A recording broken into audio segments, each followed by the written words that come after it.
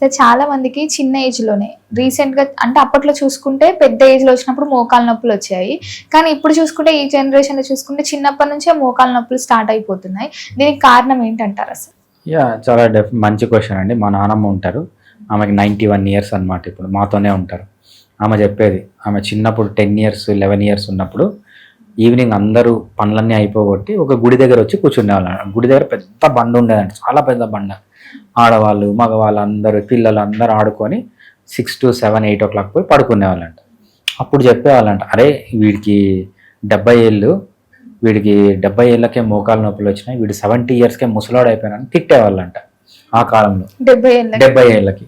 ఇప్పుడేంటి నాకు వచ్చే కేసులు ఎలా ఉంటాయంటే, మొన్ననే ఒక కేసు వచ్చింది. ఆయన ఏంటంటే editor plus programme director plus camera చూసుకుంటాడు, అన్నీ ఆల్ ఇన్ వన్ చేస్తాడనమాట. ఆయనకి జస్ట్ 23 ఇయర్స్ 24 ఇయర్స్ మొత్తం మోకాళ్ళన్నీ పోయినాయి. ఎందుకు అంటే ఆయన ఇంటర్మీడియట్ ఏదో కాలేజీలో జాయిన్ అయినాడంటే అక్కడ ఓన్లీ తినడం పడుకోవడం 2 సంవత్సరాలు అసలు సూర్యుడిని చూడలేదంట ఆయన. 2 సంవత్సరాలు అసలు బయటికి రాలేదంట, ఆడలేదంట.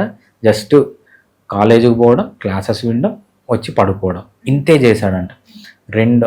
ఇంటర్మీడియట్ అయిపోయినప్పటి నుంచి ఆయనకి మోకాళ్ళు పోయినాయి, నరాలు పోయినాయి. సో మెయిన్ ఏంటంటే ఈ కాలంలో ఎందుకు జరుగుతుందంటే మన లైఫ్ స్టైల్ వల్లే. ఈ లైఫ్ స్టైల్ వల్లనే ఈ ప్రాబ్లమ్స్ అన్నీ వస్తున్నాయి.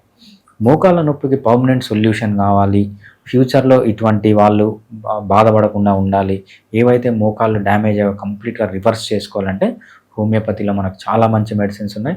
ఎస్పెషల్లీ ఏ ఏజ్ గ్రూప్లోకైనా సర్జరీ వరకు పోకుండా, ఫర్దర్గా డ్యామేజ్ కాకుండా, మళ్ళీ ఎస్పెషల్లీ చిన్న ఏజ్ గ్రూప్లో ఉన్నప్పుడు మళ్ళీ కంపల్సరీ ఈ పాథాలజీని అంతా రివర్స్ చేసుకోవడానికి హోమియోపతి వితౌట్ సైడ్ ఎఫెక్ట్స్ చాలా క్విక్గా